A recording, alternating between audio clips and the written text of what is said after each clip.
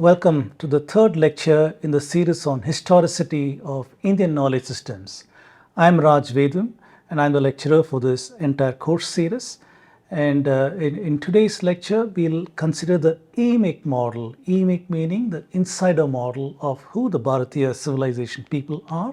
And we're going to have an investigation of that. So, the peopling of India, what do the Puranas, for example, say about how India was peopled? That is what we're going to be talking about. But before I do that, the summary of the last two lectures. In the last two lectures, I presented to you a model-based analysis showing how we can use various data, models, methods, inferences, and conclusions and arrive at how we got here.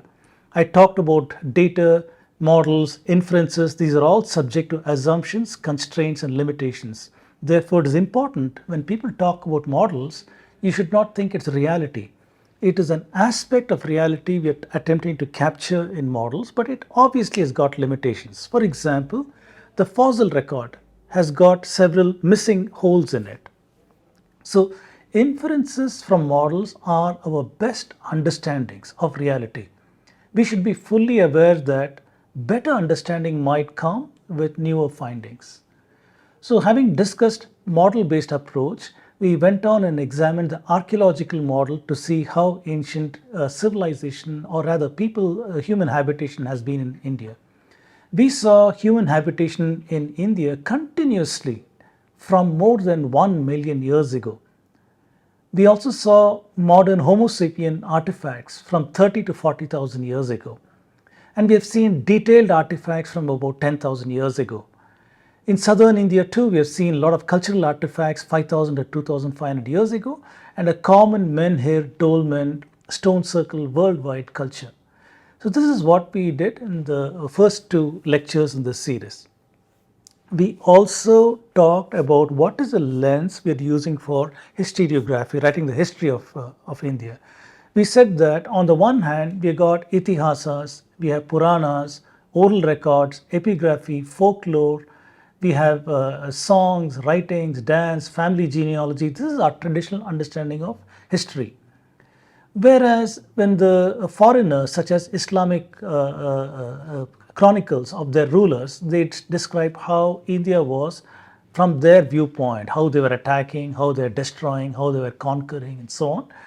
And when the British came, they came with their own interpretation of history, which we call the British Whig interpretation of history, viewing all of history through the prism of Christianity as a moral force on which all history is evaluated. And clearly for them, India fell short, being a primitive, backward, superstitious kind of a country. Today, there is a tendency to use presentism, which is judging all of history through the value systems of the present, opening the question, are we talking sociology or are we talking history? In contrast to all this, I am presenting an evidence-based, model-based understanding of deep history of the Indian civilization. As a scientist, I can do no better than than to analyze the physical evidence and trying to interpret that. So in a model-based analysis of history, we have various models that people have used to have a narrative on history. For example, some people have the linguistics model. We can analyze that to see the limitations of that model, the assumptions in that model, the methodologies, the data they've used, and try to come to a conclusion whether the claims from that model are right or not.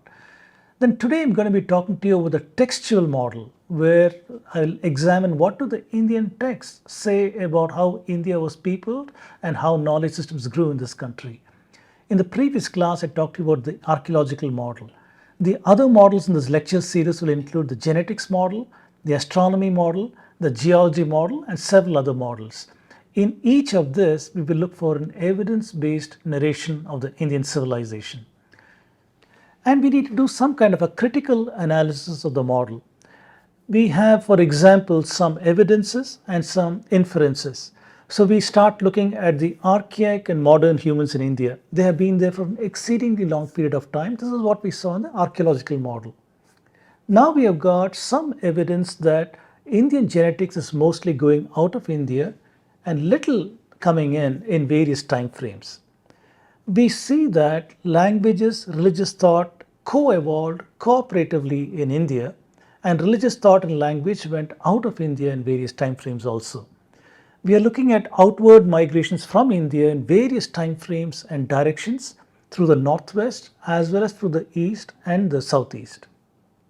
We also know that knowledge systems, trade, and practices co evolved in India between both interior India, northwest, east, south, as well as going out of India. We've also seen regional genetic mutations and language divergence as appropriate for a huge heterogeneous country like India, and this accounts for genetic and separately language diversity. So given that, we see that today there is a spectrum of opinions on the Indian civilization. I call that on one side you have the Emic, the insider perspective of the Indian civilization. On the other extreme, you have the outsider perspective of the Indian civilization. On the insider view of the Indian civilization, we see that language is metaphorical. It is not like the precise language we are trying to use today. Even in English, it's not precise. Sometimes we use idioms, sometimes we use metaphors. So it's not very clear what exactly we are saying. The Sanskrit language is much more richer in prose in that sense, where you can encode a lot of information using a lot of metaphorical language. One needs to understand that. And also the people who are insiders to this tradition, they question the translations, especially translations made by the Westerners who read Sanskrit and tried to translate it into European languages. Those translations are questionable if you don't understand the cultural context in which those statements are made. And we also see that a lot of ancient works and data models of cosmology to genealogies is quite reliable as far as the Emic perspective goes. On the other side, other extreme, the outsiders say the language and ideas expressed in Indian texts are primitive. And they say that translations are critical editions of colonial scholars. In other words, they say we have the adhikara to understand Sanskrit, to interpret all the Sanskrit texts, to create the critical editions and use them to have an opinion on the civilization. They also say that Indian data is unreliable, the cosmology is primitive, and they dispute the genealogy of India. So clearly we are seeing that there's a divergence of opinion. On the insider side, we have a very deep history. On the outsider view form, they've rejected everything. They only favor what they want to bring in through a linguistic analysis and so on.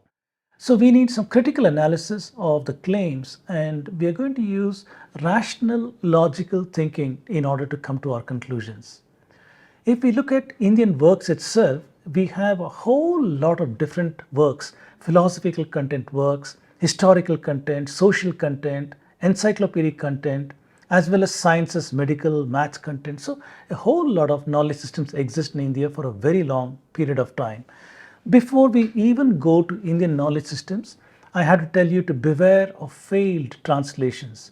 For example, I'm showing right now a paper which my co-author Sitaram Ayagiri and myself wrote, in which we talked about the dangers of wrong interpretation of Sanskrit. Sanskrit cannot be translated. It has got to be interpreted, and one has got to be very careful in interpretation. If one lacks knowledge of Vedangas, it can lead to misinterpretation of Sanskrit texts, and the subjects unfortunately then become mythology because you don't understand the metaphors. Subjects become mythology, and knowledge becomes optional, which is taken away from the mainstream education system. It leads to collapse of Shastras and the wiping off of the source of knowledge itself. So one has got to be very, very careful to make sure you have the context clearly. In order to give an example, we can see a particular rig in the Rig Veda, which is the 10th mandala, 23.4. In this, it talks about Indra's yellow beard. So when people saw Indra's yellow beard, they said, yeah, here is an example that Indra was a European. That's why he had a yellow beard, clearly showing that in the people that come from outside India, the Rig Vedic people. So we'll take a look at the translation that Ralph Griffith, who was famous for his translation of the Rig Veda, what he did. We can also see what Sayanacharya was a prime minister in the Vijayanagar kingdom. What was his Bhashya all about? How did he interpret it? And others, how they interpret it. So in order to interpret these kind of statements, we have to see what is the subject matter of that Sanskrit verse, what is the context, what is the adjective they're using, what is the action, and what is the interpretation. So for Griffith, the subject is beard, sweet juice, worshipper. The context is not clear. The adjective is yellow. The action is stirring or sprinkling. So his interpretation is very, very strange. The translation of what is written says, with him too is this rain of his that comes like herds. Indra throws drops of moisture, yellow beard. When the sweet juice is shed, he seeks a pleasant place, stirs the worshipper as wind disturbs the wood. As you can see, it is a meaningless jumble of words that have got no meaning at all because he's tried to do a translation over here rather than interpretation. Let us see how Sayanacharya interpreted this. Once again, the subject of Sayanacharya is beard and mustache and soma juice. The context is preparing for war on enemies. The adjective is yellow and green, and the action is stirring, sprinkling. And Sayanacharya's interpretation, as the rain lingers on the herds, Indra lingers his mustache and beard with yellow soma oil. Then he enters a sacred sacrificial fire, drinks the soma juice, and he prepares for war. So basically, in India, even today, if you go to villages, when they do wrestling, wrestlers put an oil on them. That oil is from a yellow flower, a yellow kind of oil, which helps them to prepare for battle and things of that nature. So clearly, it's a preparing for battle, and that is what we're talking about. Indra has applied it to his beard, the yellow one. However, Griffith and others have translated this as a yellow blonde beard. So clearly showing how there are problems if you blindly take translations of the Rig Veda. One has got to use interpretations. With that, we can go to the sources of Hindu text itself, and we look at the knowledge sources. We have got two major categories. One is Shruti, that which is heard, and we can have, for example, the Vedas. We know the Vedas, the Rig, Sama, Yajur, Atharva. Samhitas, mantras, hymns, prayers. Brahmanas, commentaries on hymns and rituals. Aranyakas, rituals, philosophy. And Upanishads, which are philosophy. So these are traditionally what we call the Shruti literature.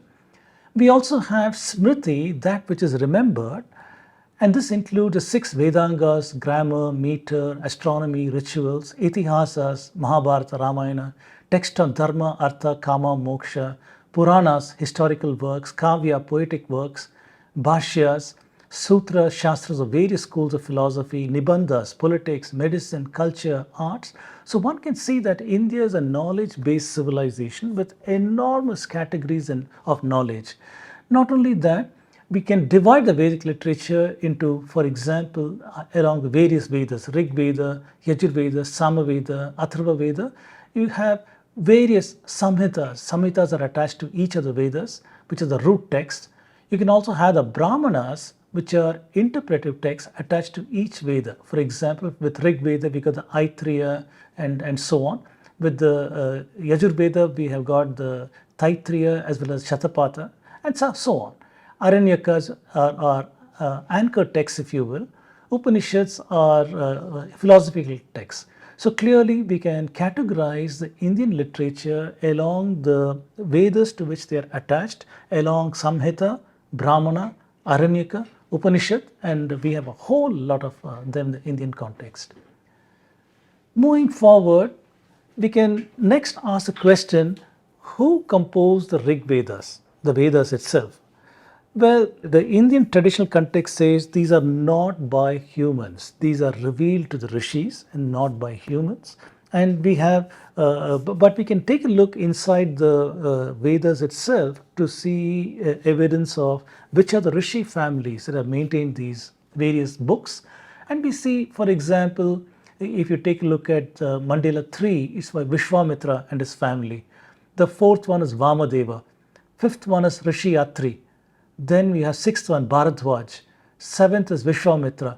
And others are also there like Kanva, Angira, and many other rishis are mentioned who have composed various suktas or mantras and in the various books of the Rig Veda. So we know, yes, there were rishi families that were composing and maintaining these things. We also know from tradition that the Vedas were lost and they were recovered by Vedavyasa. So Vedavyasa recovered the Vedas and he transmitted them to his various disciples. For example, Vyasa the Rig Veda to Paila, Yajur Veda to Vaisampayana, Sama Veda to Jaimini, and to Atharva Veda to Sumantu. So those were his disciples to whom he entrusted the Vedas, the maintaining of the Vedas going into the future. And the evidence for this comes from, for example, the Srimad Bhagavat Purana that talks about the entrusting of the Vedas to each of these disciples. And one can take a look, for example, the Rig Vedic works itself, Paila, who was maintaining the Rig Veda Samhita, through his various descendants. There's a flow chart over here that you can refer to and see that there are many rishis in that particular sampradaya who are tasked with maintaining this Rig Veda. Yajur Veda, from Vaisampayana it goes Yajnavalkya, later on to Kanva and others. We have got Taittiriya Samhita and other works. Samaveda, Jaimini, through his disciples Sumantu, Sutvan and others, they maintained the Samavedic verses. Atharva Veda, also through Sumantu and his disciples, they have been maintained by the various families. So clearly we are seeing that Vedavyasa has set up schools that can take care of the various Vedas so they wouldn't be lost like they were earlier. In India, we also have a notion of error correction in oral works. For example, the Vedas are initially transmitted orally. And people might ask, there might be errors that will creep in if it's done orally, but that is not true in the Indian context. It's not true because there are ways of recitation such that the error can be detected and you can correct for any errors. So these are called the various pathas.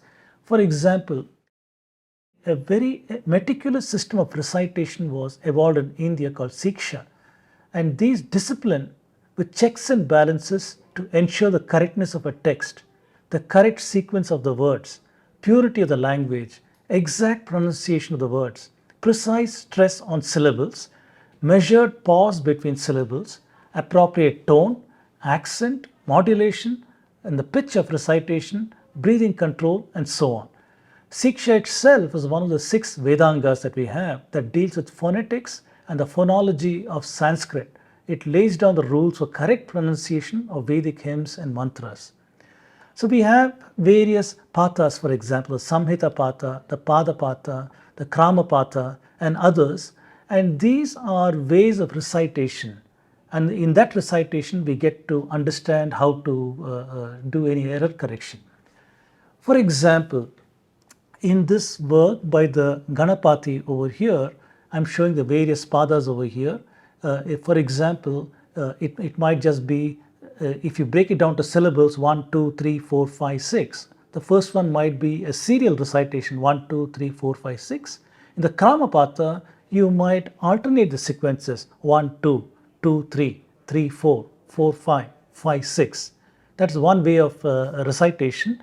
Or you can have even more complex recitation formulas, like for example the Jata, which is 1, 2, 2, 1, 1, 2, 2, 3, 3, 2, 2, 3, 3, 4, 4, 3, 3, 4, and so on. So very complex kind of recitations are involved.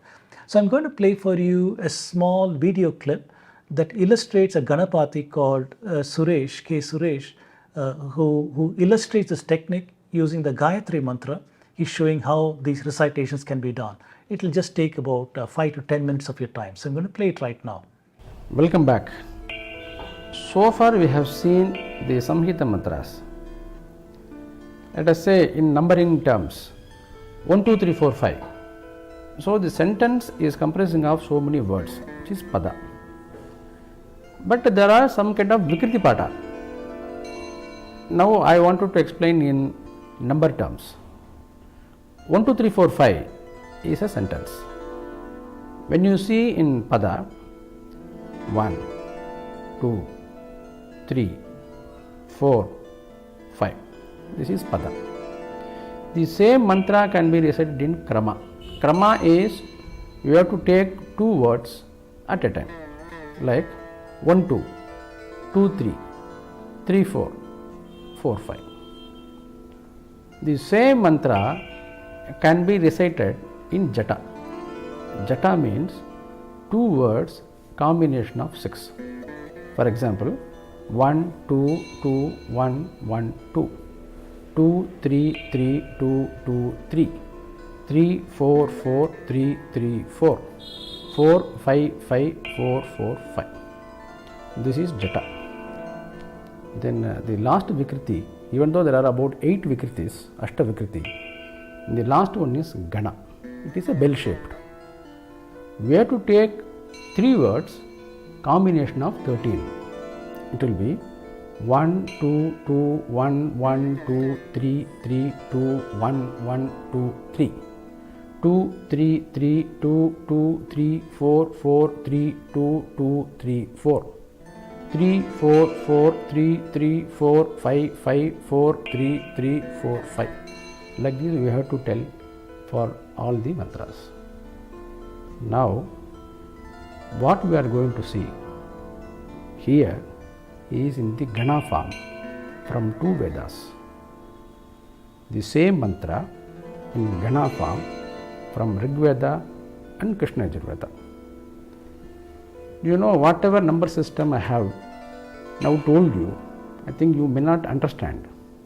Maybe confusing, isn't it? Maybe the very known mantra for you is the Gayatri mantra. Now I want to explain the whole system in the Gayatri mantra, because this mantra is known to you. The Samhita, the mantra will be like this. Om Tat Saviturvarenyam Bhargo Devasya Dhimahi Dhiyo Yo Nah Prachodayat. This is the sentence. Now the pada. Tat Savituhu Varenyam Bhargaha Devasya Dhimahi Dhiyaha Yaha Naha Prachodayat. This is called pada. Now we have to combine two words. It is called krama. Tat Savituhu Saviturvarenyam Varenyam Bhargaha Bhargo Devasya Devasya Dhimahi Dhimahi Ti Dhimahi Dhiyo Yaha Yonaha Nah Prachodayat Prachodayaditi Prachodayat. This is krama. Two words. Next one is Jata. 2 words, combination of 6. The same Gayatri mantra. Tat Savitus Savitus Tat Tat Savituhu Saviturvarenyam Varenyagum Savitus Saviturvarenyam Varenyam Bhargo Bhargo Varenyam Varenyam Bhargaha Bhargo Devasya Devasya Bhargo Bhargo Devasya Devasya Dhimahi Dhimahi Devasya Devasya Dhimahi Dhimahi Ti Dhimahi Dhiyo Yo Yo Dhiyo Dhiyo Yaha Yo No No Yo Yo Naha Naf Prachodayat Prachodayat No Naf Prachodayat Prachodayaditi Prachodayat. See the Jata, you can see 2, whereas there are about 3 pairs. That is why even when you make that pinal in Tamil, no, so you can see only 2, but there are about 3 things in the back. So we are having 3 kramas, whereas only 2 padas is known. Next one is Ganapata. We have to take 3 padas and combination of 13. Same Gayatri mantra. Tat Savitus Savitus Tat Tat Saviturvarenyam Varenyagum Savitus Tat Tat Saviturvarenyam Saviturvarenyam Varenyagum Savitus Saviturvarenyam Bhargo Bhargo Varenyagum Savitus Saviturvarenyam Bhargaha Varenyam Bhargo Bhargo Varenyam Varenyam Bhargo Devasya Devasya Bhargo Varenyam Varenyam Bhargo Devasya Bhargo Devasya Devasya Bhargo Bhargo Devasya Dhimahi Dhimahi Devasya Bhargo Bhargo Devasya Dhimahi Devasya Dhimahi Dhimahi Devasya Devasya Dhimahi Dhimahi Di Dhimahi धियो यो धियो धियो यो no यो धियो धियो यो नः यो no यो नः प्रचोदयात् प्रचोदयान्नो यो नः प्रचोदयात् नः प्रचोदयात् प्रचोदयान्नो नः प्रचोदयात् प्रचोदयादिति प्रचोदयात्. See the small mantra, Gayatri mantra, which is comprising of approximately 10 words. So now we have recited the same mantra in Gana form. There are a lot of benefits in this kind of Vikati Pada. Assuming Samhita Pada, when you recite, you will get one time benefit. Assume there is a 1 unit benefit. The same mantra recited in Pada, there is a word form, you will get 2 times benefit. If the same mantra recited in what you call Krama form, then you will get 4 times benefit. If it is in Jata form, you will get 1000 times benefit. If it is in Ghana form, you cannot measure, infinite, Anantam.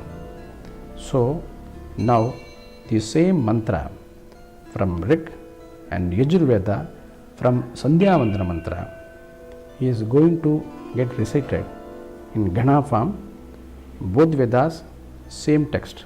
Definitely you will be able to appreciate what is the difference between the Rig Veda and the Yajurveda, especially the recitation method, the Sandhi rules, the Vyakarana or the grammar or the different Pratishakya, all those things a common man will be able to know. That is the highlight, that is the purpose of this event. During the Sandhya Vandana, we used to say this mantra, Apavishtamaya Bhuvaha. So now we are going to see the full Ganapata of these mantras. Okay, so you must have heard this, this recitation by the Ganapati, which clearly shows how adept Indians were at recitation. This recitation was so precise that because of these complex formulas that you have, there is no scope for error. That is why we know that the chanting of the Rig Veda, when it is done in the orthodox way, it is as it sounded thousands and thousands of years ago. The same procedure is followed today. This is why I often say there is no reason in India why we should discount our oral records. In the Western tradition, there is a tendency to only favor the written record. History for them begins with the written record. If we were to insist on something like that, we are in a way undermining our own history, our own superior ways of transmission of knowledge through oral means, where we are sure that there is no error in the transmissions. Okay, that said, let us continue on. The Hindu literature can be, like I showed earlier, can be categorized in various ways.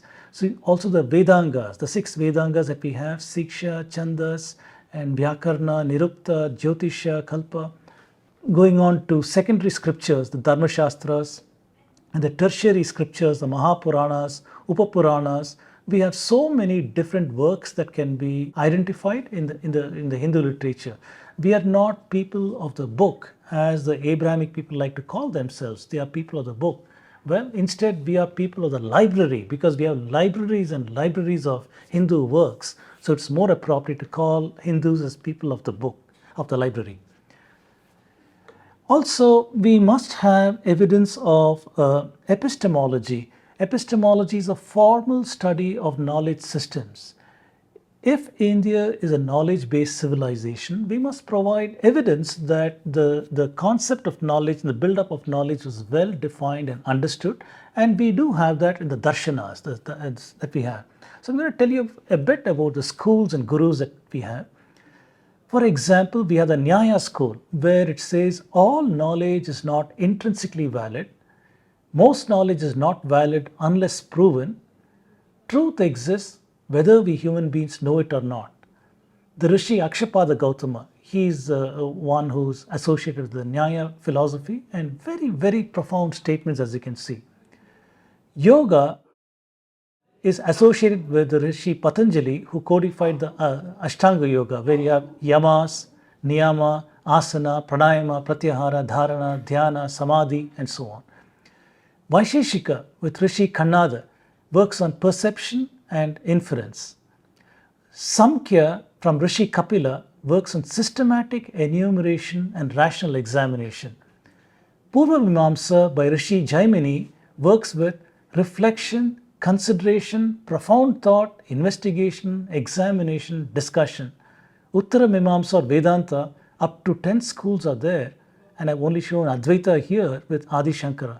But what this shows you is that India has well developed philosophical systems that understood the nature of knowledge, what can be admitted as knowledge, and the process of building up knowledge, and so on. To give an example, even today as a scientist, if I want to research a new topic, the first thing I do is I go to the library, university library or elsewhere, and then try to see who are all the people who have worked on this area in the past. So I go through a process of systematic enumeration of all the facts known in this particular subject area, which is what Samkhya asks for. First you enumerate it. Then I go through a process of examination. What was the methodology by this person? What did he do? Next person, what did he do? And so on. That's a rational examination of their methodologies. Then I go through a process of reflection. I look at all my notes and I think about it. Who can be right? Who's wrong? Where are the holes in one person's method? Consideration, profound thought. Maybe I'll go to the lab and do some experiments, or maybe I'll write a computer program and check out a few things. Examination of the results. Then I go to the whiteboard and discuss with my colleagues, and then eventually I come to an understanding saying, aha, this is what it's all about. So in other words, I have used Vaisheshika's perception and inference, Samkhya's systematic enumeration and rational examination, and Purva Mimamsa that asks for reflection, consideration, profound thought, investigation, examination, and discussion. So what you're seeing is, even today, I am applying the methods that our rishis have already enumerated in the past as a valid means to build new knowledge and so on. And Indians also clearly understood the means of knowledge or pramana. So in pramana, they saw that there are several ways of accepting something as valid knowledge or not. For example, perception, which is pratyaksha or anumana, inference, or upamana, comparison and analogy, or postulation, derivation from circumstances, non-perception, negative proof, or shabda pramana. For example, the Chapakas, who were the atheists in ancient India, they only admitted perception. If I can see it, then it's valid. Otherwise, it's not valid. If I cannot experience it, it's not valid. Buddhism took perception and inference like Vaisheshika, and that's what it was based on. So inferences, for example, I don't have to see something, but if I look at a distant mountain and I'm seeing smoke over there, I can't see the fire, but I know there must be fire there because there is smoke over there. That's an example of an inference. Then upamana, which is comparison and analogy. If, for example, I'm going to a forest and I've never seen a wolf in my life, so I ask my friend who's seen a wolf, hey, can you describe to me what a wolf looks like? And he'll say, yeah, it looks like it's got 4 legs, it looks like a dog, and so on. And then when I go to the jungle and then I see an animal that looks like a dog, I can make out, yes, that must be the wolf. In other words, comparison and analogy to something else is valid. So like this, there are several negative proofs. For example, I can say, in this room, there is no tiger. One cannot see the tiger, but that negative proof itself is a true statement. So things of this nature. Shabda Pramana relying on word of experts. So different sampradayas in India differed from what was allowed as a valid means to build knowledge. One can also talk about the antiquity of darshanas. For example, if we take a look at Kapila, who's associated with Samkhya, is mentioned in the Rig Veda. He's mentioned the Rig Veda, Yajur Veda. He had an impact on Buddha. It's the most ancient. So we can put Samkhya along with Rig Veda itself. Then Rishi Kannada of Vaisheshika is mentioning Samkhya and Mimamsa, but he does not mention Buddhism. Therefore, we can say that Rishi Kannada should be dated to 600 BCE by the West. But then Buddha in the Puranas is dated to 1800 BCE. Therefore, what we can say is Rishi Kannada should be prior to 1800 BCE because he is using perception and inference, but he does not mention Buddhism. Buddhism is using Vaisheshika entirely. That is why we say that if Buddha is dated in the Puranas to 1800 BCE, then Vaisheshika is prior to that, even before that. So Jaimini is before Rishi Kannada and probably after Kapila. And Akshapada Gautama, we know that Nyaya Sutras was used by Buddhists, therefore it's earlier than Buddhists. So if we take a look at the antiquity of darshanas, relatively we can say that the Buddha has to be put to 1800 BCE. Before Buddha is Nyayas, before Nyaya is Vaisheshika, before Vaisheshika is Mimamsa, and the earliest one is Samkhya and the Rig Veda. So this gives you an idea about how old the tradition of knowledge building in India has been. Now, what is Vaisheshika itself? It is the basis of all of the Indian knowledge systems. It is basically Pratyaksha and Anumana. Pratyaksha is perception. There are two kinds of perception, external and internal. And the Rishi says external perception arises from the senses and the worldly objects. And we can make a mistake. For example, at night, when the light is poor on the road, I might mistake a rope on the road for a snake. But then with some more light, I know it's only a rope and not a snake. In other words, I can have erroneous perception from the sense objects and so on. A second kind of perception is internal through the mind, and that's a superior form of knowledge. Anumana or inference is reaching new conclusion and truth from observations and previous truths, applying reason and logic.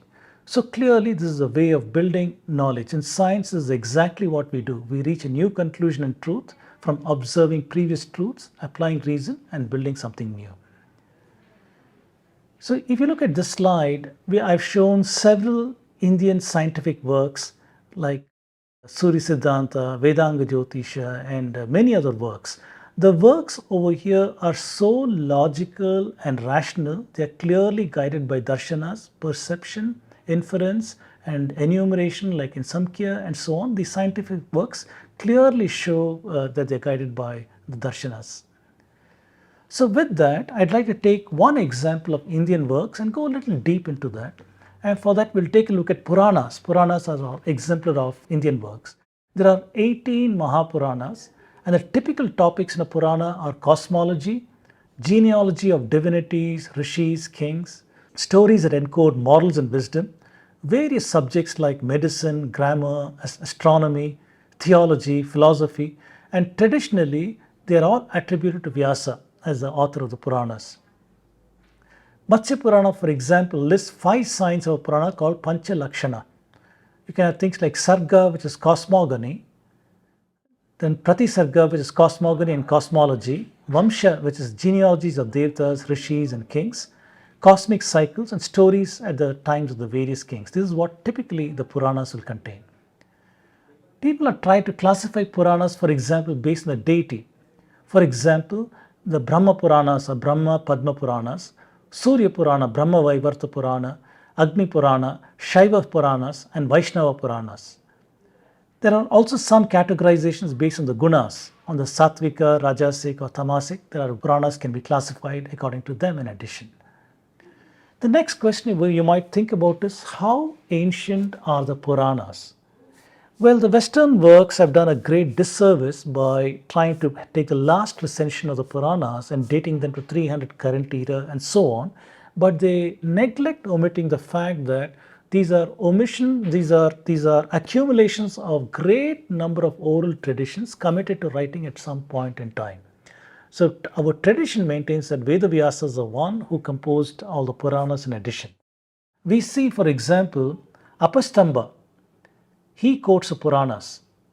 Kautilya, he also quotes the Puranas. So we know that they are more ancient than Apastamba or Kautilya. Shatapatha Brahmana mentions Itihasa Purana. Similarly, Taittiriya Aranyaka, Chandogya Upanishad, Brihadaranyaka Upanishad, they talk about Puranas. So clearly they are earlier than that. We know that the Puranas were live documents in the sense that the works were updated all the way through the Gupta era, from an ancient period of time through the Gupta era. Going forward, we can also see there is some textual evidence for antiquity of the Puranas. And here the example is the age of the Dhruva story. The Dhruva story appears in the Vishnu Purana in Book 1, Chapter 12. And we all know the story of Dhruva. He's a pretty unhappy child because his father, the king, married a younger woman. And one day, when Dhruva went and sat as a child on his father's lap, the younger wife pushes him away, saying, "There's no place for you on your father's lap." The poor child is inconsolable, goes crying to his mother. His mother tries to teach him karma theory and all those kind of things, but the boy is still unhappy. He decides to go and pray to Vishnu himself and asks, "What is this place in the universe?" So the Saptarishis teach him how to do tapasya. So he goes on into doing tapasya. One fine day, Bhagavan appears before him and asks, "What do you want?" And he wants nothing because he's in a state of bliss. Anyway, Vishnu says, "After your time, Dhruva, I'm going to have your place will be the highest in the stars, highest over there. Nobody will be higher than you. Even the Saptarishis will go in pradakshina around you." This is what Vishnu says in the Vishnu Purana.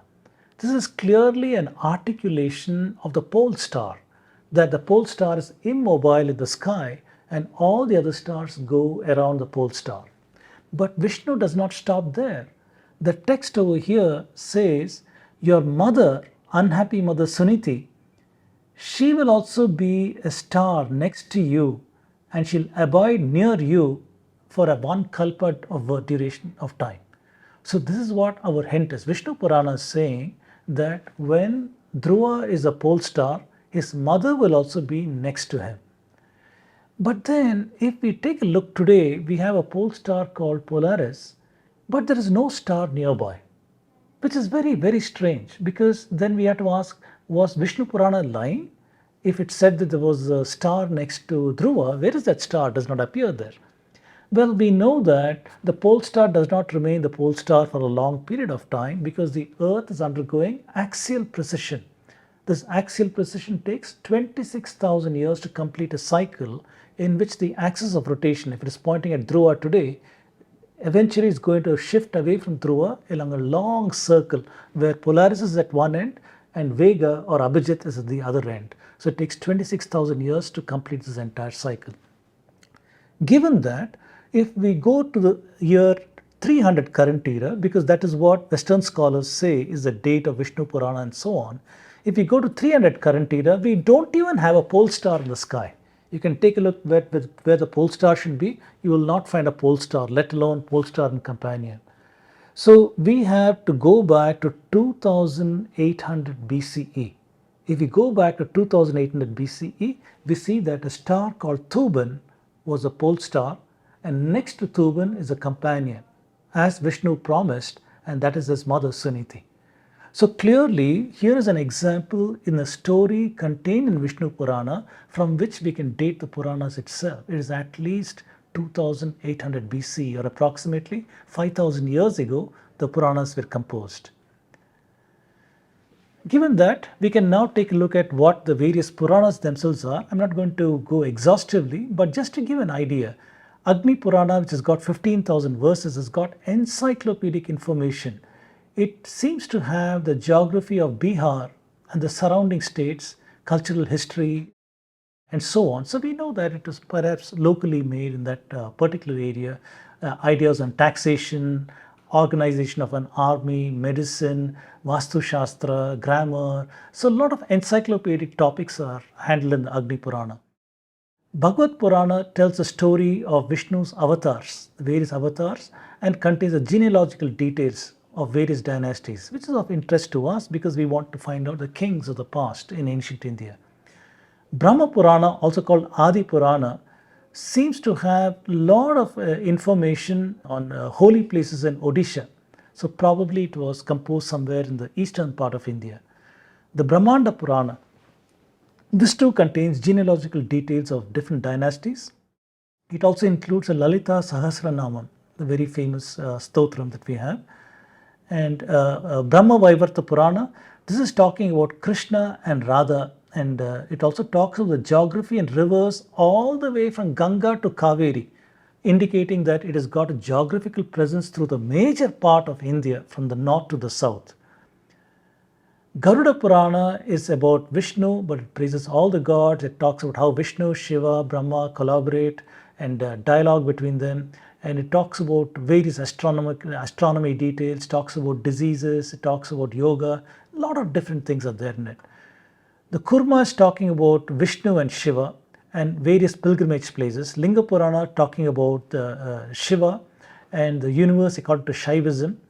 Markandeya Purana is talking about the geographical region from Vindhya range and western India, probably composed somewhere in Maharashtra or Gujarat in that area.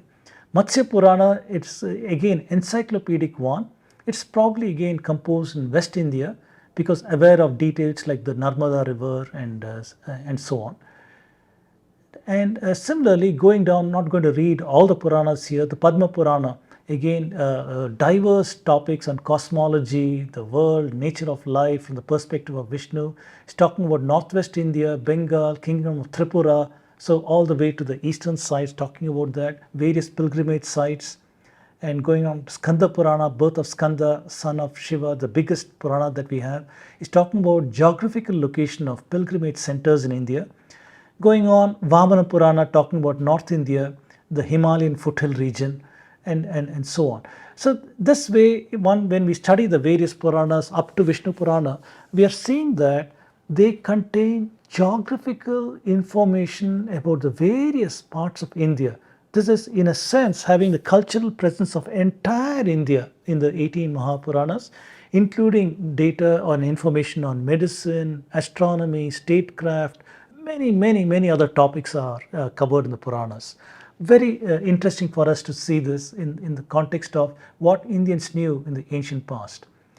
This graphic over here from Jijit Ravi, it is showing the size of the various number of verses, for example, in the various Itihasas, Puranas and Vedas. At the bottom you can see Rig Veda, Atharva Veda, Yajur Veda, Samaveda are pretty small in size. Ramayana is not that big compared with Mahabharata, which has got the maximum number of verses. Then the Padma Purana, Skanda Purana, Vayu Purana, the bigger ones. The other Puranas we can see are not that big comparatively. This is a bar chart once again showing the same thing. Mahabharata is the biggest one in terms of number of verses, followed by Skanda Purana and Padma Purana.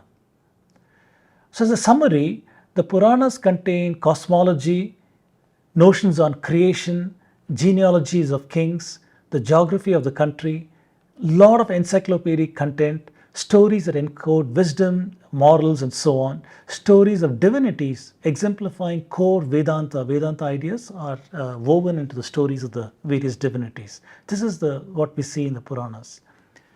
So given that, we'd like to next know what did the ancient Indians understand about creation itself? Where did creation come from and what is the model, Vedic cosmology?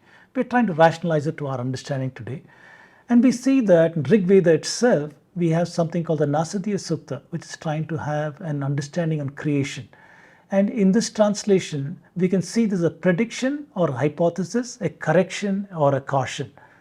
For example, it says, then even nothing was not, nor existence. There was no air, nor the heavens beyond it. What covered it? Where was it? Whose keeping? Was there cosmic water in depths unfathomed? There was neither death nor immortality. There was neither day or night, and only the one breathed windlessly, self-sustaining. There was that one, then there was no other. So in other words, there's now a hypothesis that there was nothing at one time except the one, Brahman. Then it says a correction. But after all, who knows, who can say whence it came from, how creation happened? Devas themselves are later than creation. So who knows? It's even saying maybe even the creator does not know where all these things came from. So this is where we see the immense logic and rational capability of our ancestors.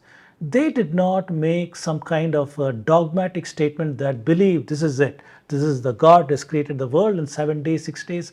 Nothing like that. Rather it is said that here's a speculation when there was nothing, there was only the one and everything has come through the one. Then it also says, but we don't know. Even the gods don't know. So maybe none of this is even right. So clearly the mind is open. Mind is not closed. Mind is open to investigating possibilities. Another concept of creation comes from the Devi Suktam, which is also in the Rig Veda. And over here it goes to enumerate the various properties of Devi. How it is through Devi that we get the food that we eat is Devi, the energy that we get is Devi, we are breathing is through Devi, everything is through Devi. It is again enumerating all the properties of divinity in these statements. And in a third area, Hiranyagarbha Sukta, here too there's a conception of creation where it says, it tries to enumerate who is the deity that we shall worship with our offerings. Then it goes on to enumerate, it is this deity that has created this, that has created that, and so on. So ancient Indians clearly were trying to enumerate how creation came about, but they were rational and logical. They were not blindly believing in something, but they were trying to explain the attributes of creation and then attributing a creator for these things. Moving on, we have the Hindu notion of a cyclical universe, Brahma and the cyclical universe. In the Srimad Bhagavatam, for example, we have this definition of a cyclical creation where we have at the very bottom, we have the Chatur Yuga, the Kali Yuga of duration 432,000 years, and twice that which is Dwapara Yuga, thrice that which is Treta Yuga, and 4 times that which is Satya Yuga. Collectively, they come to about 4.32 million years called one Chatur Yuga, and we can have 71 of these Divya Yugas which will give rise to Manvantara, and from this we can have going all the way to 14 Manvantaras and 15 Sandhyas giving rise to a Kalpa, which is a day of Brahma, which comes to 4.32 billion years. And Brahma, there's a day of Brahma and a night of Brahma. During the night of Brahma, there is pralaya or a dissolution of creation, and there's a period of rest which is Sandhya. So the ancient Indians clearly saw life which is recurrent, which is also with great periodicities of time. Today it's interesting that in astrophysics there are people who are proposing such theories rather than the so-called Big Bang, which is a model of sudden inflation giving rise to the universe that we have today. There are some people saying that it's a recurrent creation and destruction called the Big Bounce model, where there's a prior universe that used to exist and that went through a deflation literally, and at some point once again giving rise to a new inflation and our current universe. So this might have happened many times in the past. So going on, that there is an astrophysicist called Roger Penrose who is somebody who's analyzed the cosmic microwave background in the radiation in the skies, and he's found anomalies over there. And with those anomalies, he's tried to make a case for there being a prior universe that is detectable in our current universe. And in his thinking, there is something called conformal cyclic cosmology, a lot of mathematical terms, but then in his mathematics, it talks about how when Hawking radiation from the black holes eventually dissipates away completely, there is some kind of maximum expansion, and once again you have a contraction of the universe leading rise to a new singularity, and that is this model. Incidentally, he was awarded the Nobel Prize some time back, though not for this theory in 2020, but for his ideas on black holes and so on. And in this article that I'm showing here, he also says an earlier universe existed before the Big Bang and can be observed today by looking at the cosmic microwave background using Hawking points and so on. Very interesting ideas that seems to gel quite well with the way Indians have been looking at a cyclical universe. Then it's also intriguing that Vedic cosmology talks about multiverses. It is aware of the concept that there is not just one universe that we are dealing with, but with multiple universes. For example, in the Bhagavata Purana, it says every universe is covered by 7 layers, each 10 times greater than the previous one. There are innumerable universes besides this one, and they move about like atoms in Brahman. Therefore, you're called unlimited. In another place, the Bhagavad Purana says there are countless universes, each enveloped in its own shell, compelled by the wheel of time, wandering within you like particles of dust moving about in the sky. So this is a conception of our rishis in Bhagavad Purana that is talking about now not just one Brahmanda, but innumerable numbers of universes that exist in Brahman. There is then the very interesting verse from Brahma Vaivarta Purana, This is talking about a story in which Vishnu is humbling Indra. Indra, who wants to build a better and better palace, is demanding that Vishwakarma keep making his palace better and better. Vishwakarma is very tired. He goes and tells Vishnu about this. Then Vishnu takes a form of a Brahmin, and he's trying to humble Indra. Then they see a line of ants that are going on the palace ground. And he says, do you know each of those ants was an Indra in a previous lifetime in its own universe, and now this is where it is. He's saying that to humble Indra and so on. And he says, you cannot even count the number of Brahmandas. There are so many Brahmandas that you simply cannot count it. Even if you count the number of particles of dust, even that will not tell you how many Indras there are. There is one Indra in every Brahmanda.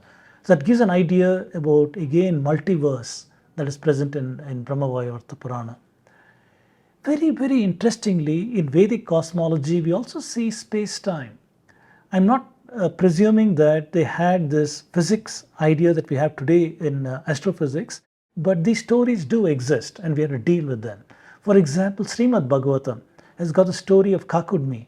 Kakudmi is a king whose daughter was Revati, a very beautiful, accomplished girl, and he could not find a match for her. So he decides to go to Brahmaloka itself and ask Brahma, have you made a match for my daughter? When they go to Brahmaloka, Brahma is enjoying a Gandharva concert, so they respectfully wait aside for the concert to be over. When the concert is over, Brahma says, come here. And they say, why have you come here?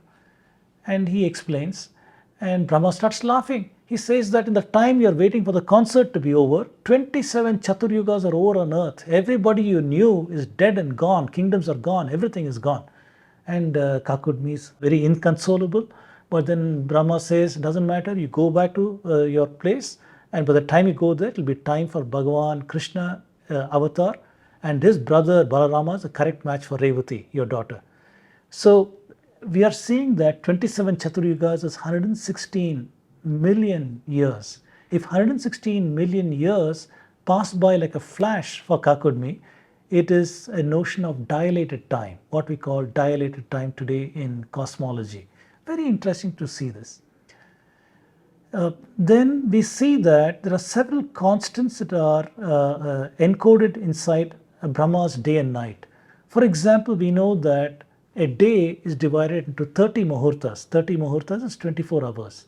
If we divide Brahma's day and night of 8.64 billion earth years by 30 muhurtas, we get that every muhurta of Brahma is 288 million years. What's the big deal with this? This is the speed at which our solar system is going around the Milky Way galaxy. It takes 230 to 280 million years approximately to go once around the galactic center.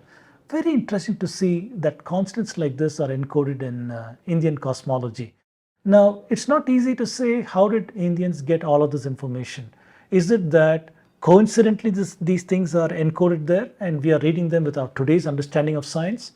Well, it looks improbable. One or two things could be coincidence, but when we see many such instances, we have to be open to the fact that somehow at such an ancient period of time, they were able to get some truths. We don't know how those truths came about. Then in Brihadaranyaka Upanishad, Yajnavalkya is discussing cosmology. The lady Rishi Gargi challenges Yajnavalkya for his understanding of the cosmos. So she says, first of all, he asks him various questions. Yajnavalkya, if everything is pervaded, what is the cosmology? And Yajnavalkya is saying, everything on earth is wrapped in water. Water is wrapped in air. Air is wrapped in the sky. Sky is wrapped in the world of Gandharvas or planets. The world of planets is wrapped in the world of Aditya or sun. The world of sun is in the world of Chandra or the moon. Moon is wrapped in the world of nakshatras, which are stars. And the stars are wrapped in the world of devas, and the devas in the world of Indra. Indra is wrapped in the world of Prajapati or the galactic center, and Prajapati is wrapped in the world of Brahman.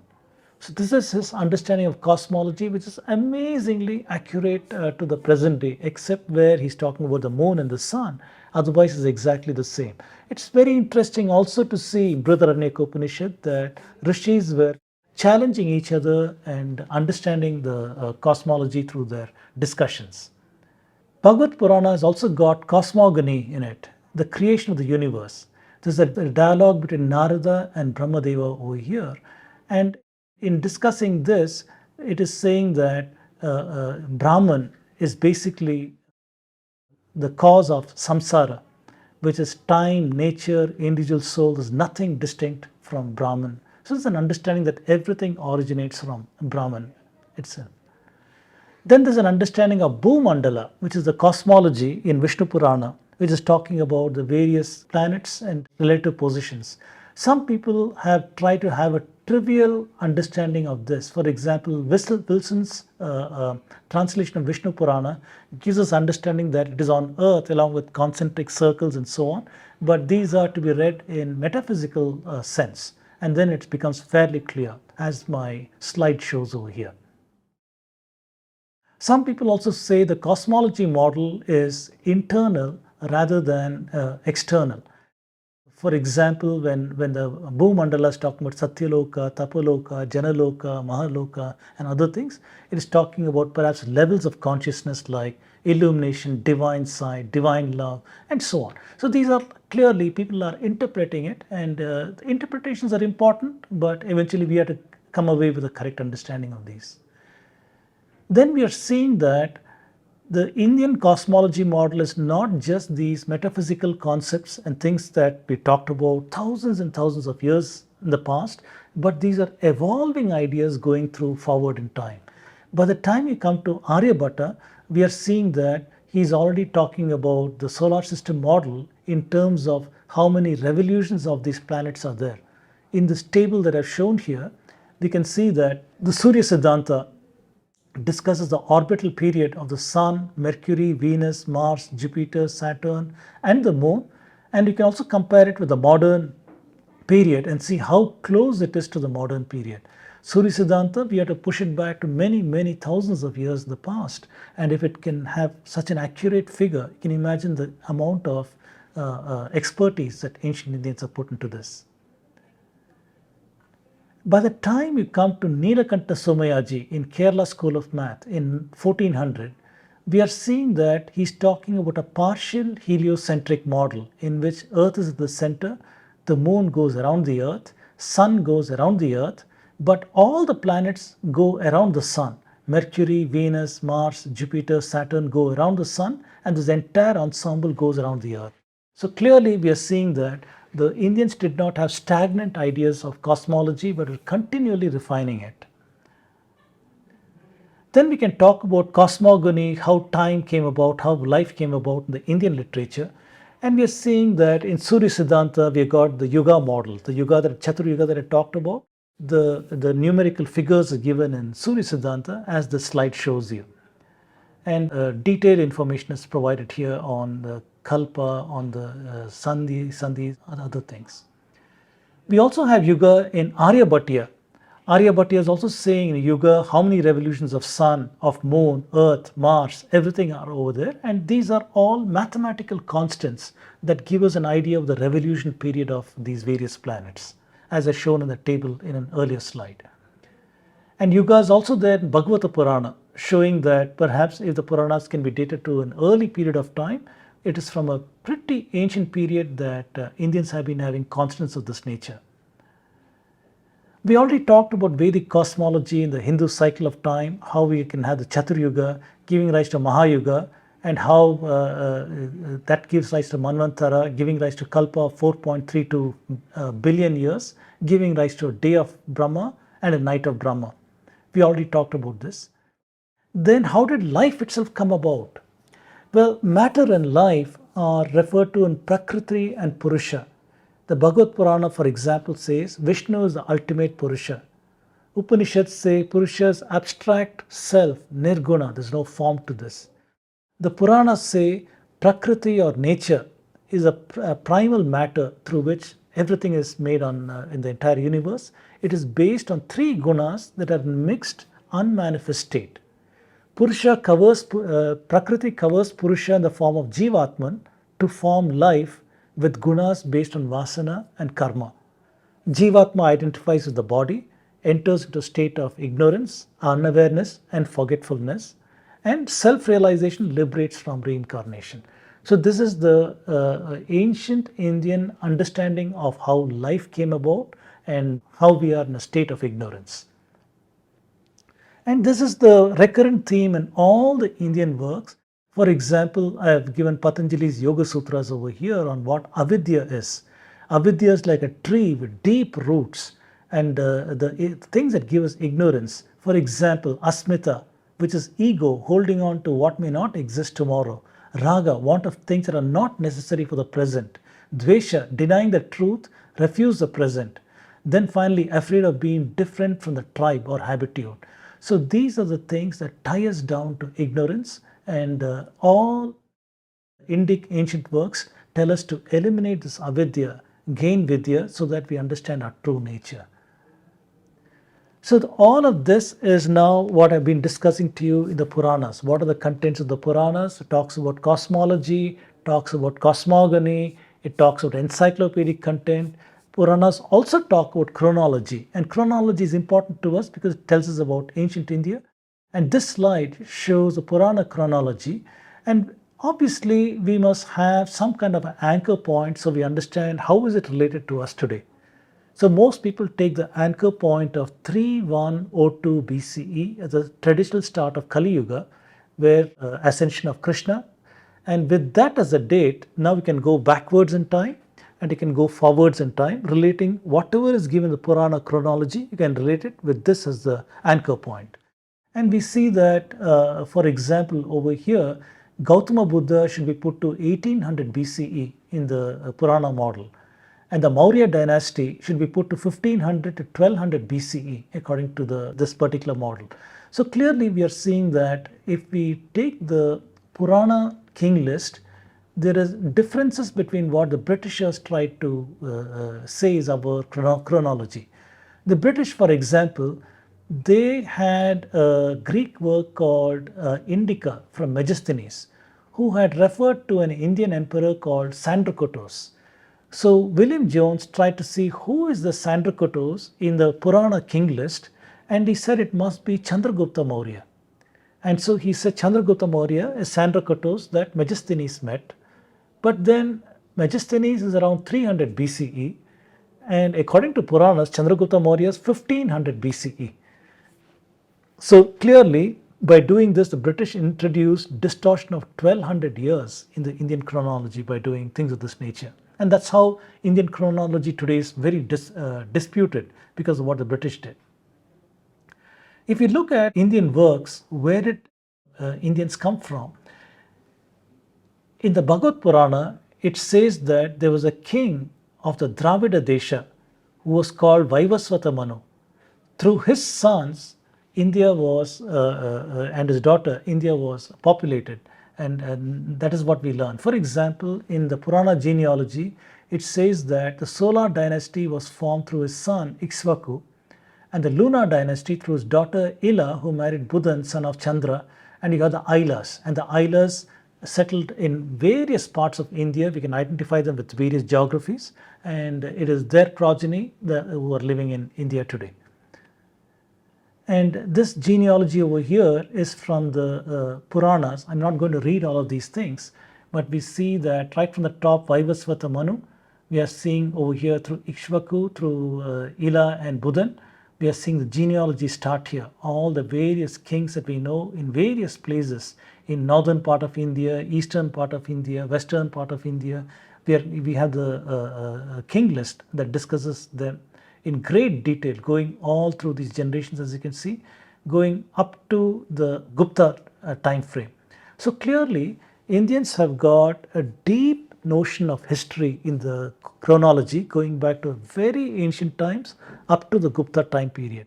Unfortunately, this has now been discarded thanks to the British cherry picking from here, saying this king must be moved down, that king is mythical, remove them out, and things of that nature. To give you an idea of the enormity of what the British did as a crime over here, you can see that the Egyptians have got a king list that is as ancient as the Indian king list. The Sumerians have got a king list. The Assyrians have got a king list. Now, they did not touch any of those king lists. They are all accepted without dispute because they appear in the Old Testament. And by interfering with them, they're interfering with their own religious systems. So they didn't touch any of them. However, in India, they disputed the king list. So this is the irony of what we see, the hypocrisy of what they applied, unfortunately carried on through the present day.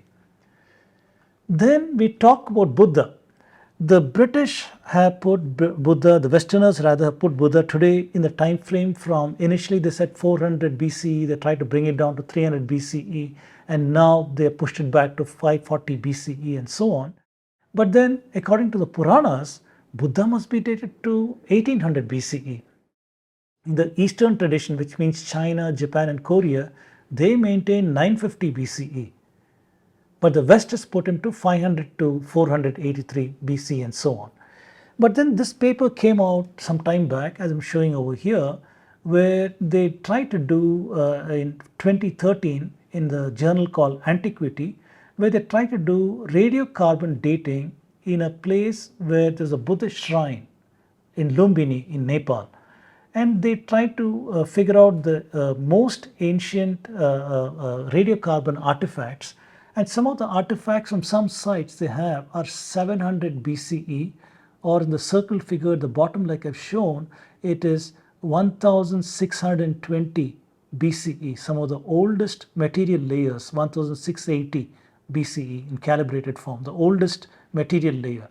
So what we're seeing is that in this Buddhist site in Lumbini, the oldest material layer is 1600 BC, very close to the Purana timeline of 1800 BC that we have for Buddha. Of course, the Westerners have brushed this away, saying that that is a material from an earlier culture that was there before the Buddhists. That is what was radiocarbon dated here. Well, I don't know how you can declare something like that, but we see that the radiocarbon dating here is pretty close to the Purana timeline for Buddha.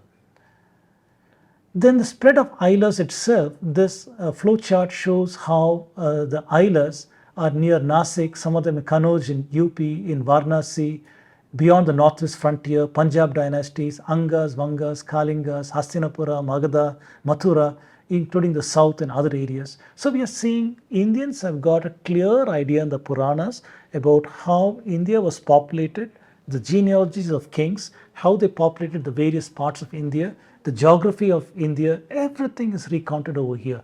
There is no reason why we have to discount this because of what the British have come and told us.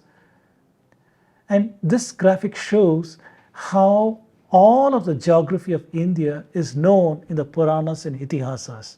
This map is again from G.J. Ravi, who is pointing out these places in India and beyond India that are known in the Puranas and Itihasas.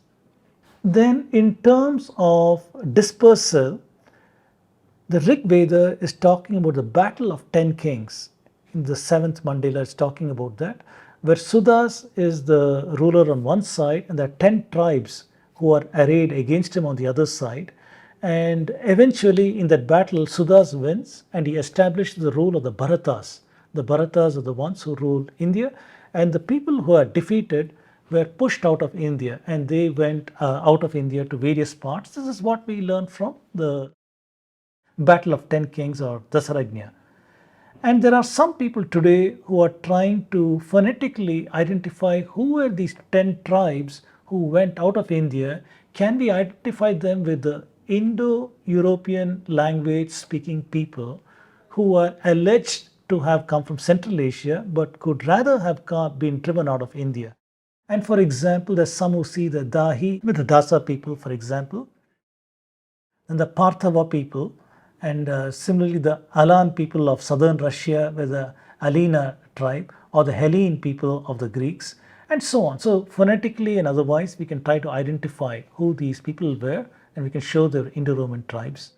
Then G.J. Ravi, who wrote a book recently on rivers of Rig Veda, he additionally tries to show the Slavic people, the Baltic people, Germanic, Celtic, Italic, all of them originate out of this battle, and they have settled in various parts of Europe and so on. And that is why we have commonality of the languages there along with Sanskrit.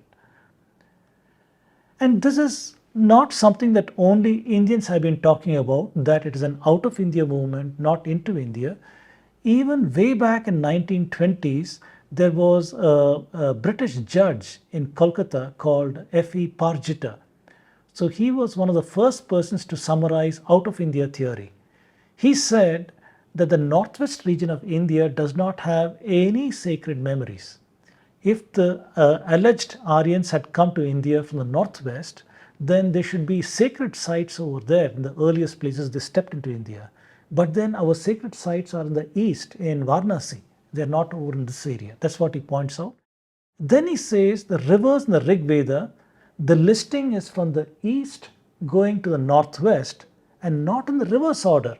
If the Aryans had come to India, they'd first encountered the Indus and its tributaries, then Ganga, Yamuna, and all those kind of things. But we are seeing the reverse order, implying there's a migration out of India, not into India. Then we see that the Vedic Mitanni treaty, the Mitannis are people who lived in northern Iraq in around 1600 BC, 1700 BC, and so on. And they were people who seemed to be using Sanskrit in their names. For example, Tushrata is one such ruler. Additionally, in their peace treaties with the Egyptians, they were invoking Vedic gods. So clearly it appears that they have some connection with Vedic India. And there is a theory that the presence of these people prior to 1800 BCE in northern Iraq goes against the Aryan invasion theory. And Parjit also says the Drihyu outward migration mentioned in the Dasaragnya, the Battle of 10 Kings, is consistent with this. He says Vedic literature knows nothing about entry from northwest or any notion of invasion. And he says Indian traditional accounts are consistent with outward migration and not inward migration. So he was one of the earliest persons who talked about out of India, but unfortunately he was drowned out because that was a time when linguistic theories were being pushed as that. Then in Puranas we see that this encoding of moral wisdom in the stories and so on. So all Puranas have got stories that encode some wisdom or the other, moral wisdom, common sense, empirical, and so on. They are also encyclopedic works that deal with several subjects. They use literary device of allegory and metaphors, and they're used for education of the masses using infotainment. We saw sample stories, for example, in Brahma Vaivarta Purana, we talk about Indra and the ants and so on. So what we've done now is done a deep dive of Puranas. We said, what are the contents of the Puranas? We talked about cosmology, cosmogony, geography, about encyclopedic content. Then we talked about genealogies that are present over here. So a whole lot of things, including stories and such things. Some people also identify Puranas with symbolism. For example, in Vishnu Purana, it is talking about Dharma and the various attributes, the progeny of Dharma, the daughters of Daksha, basically Shraddha, Lakshmi, which is wealth, prosperity, Dhriti, courage, and so on. So there are various ways of looking at the Puranic literature, the symbolism present in that, and so on. So in conclusion, what I've done is I've used Puranas as an example of emic sources of history. I discuss cosmology, cosmogony in the Indian texts. I discuss the peopling of India according to the Puranas. We discuss the chronology presented in the Puranas, the outward migration from Vedic accounts dispersal to the east and the west. We discuss symbolism, morals, and stories.